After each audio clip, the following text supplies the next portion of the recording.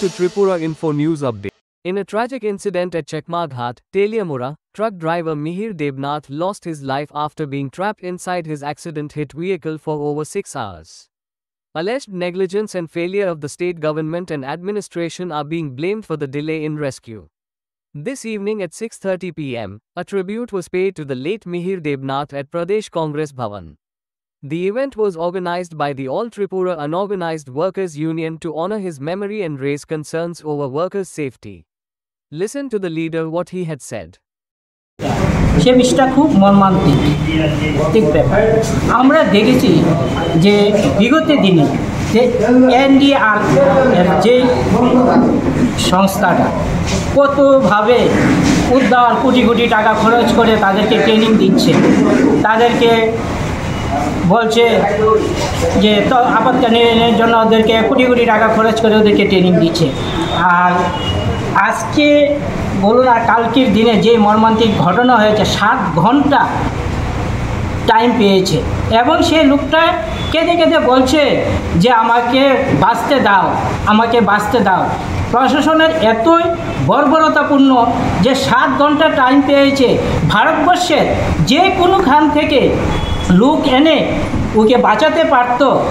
আগরতলায় 1 ঘন্টার রাস্তা, খোয়ায় 1 ঘন্টার রাস্তা, আমবাসার থেকে আনতে পারতো, কিছু করেনি। আপনাদের মিডিয়া ইয়েতে দেখলাম যে একজন অধিকারী বলছে মেশিন খারাপ হতেই পারে। তো মেশিন খারাপ কীভাবে হতে পারে? সারা ত্রিপুরা রাজ্যের মেশিন খারাপ, 7 ঘন্টা টাইম পেয়েছে, কিছু করেনি।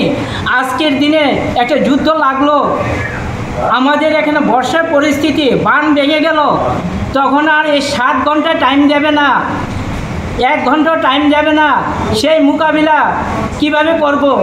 আমরা এখন ত্রিপুরারবাসী বুঝতে পারছি যে একভাবে চলে না, যে কোটি কোটি টাকা খরচ করছে কিন্তু তার বিনিময় কি পাওয়া যাচ্ছে? মানুষের মৃত। তো এইভাবে সেই লোকটা কান্না করছে, তার বাবার কষ্ট ধরে চোখ জল পড়ছে, সেই একমাত্র তার পরিবারের খাবার জোগানোর প্রতিশ্রুতি, সেই লোকটাকে বাঁচাতে পারল না। সে বর্বরতাপূর্ণ সেই রাজ্যের সরকার একটা চলছে যার কোনো হেলদুল নেই। আজকের দিনেও দেখা যায় যে কোনোখানে না কোনোখানে শ্রমিক এভাবে মারা যাচ্ছে।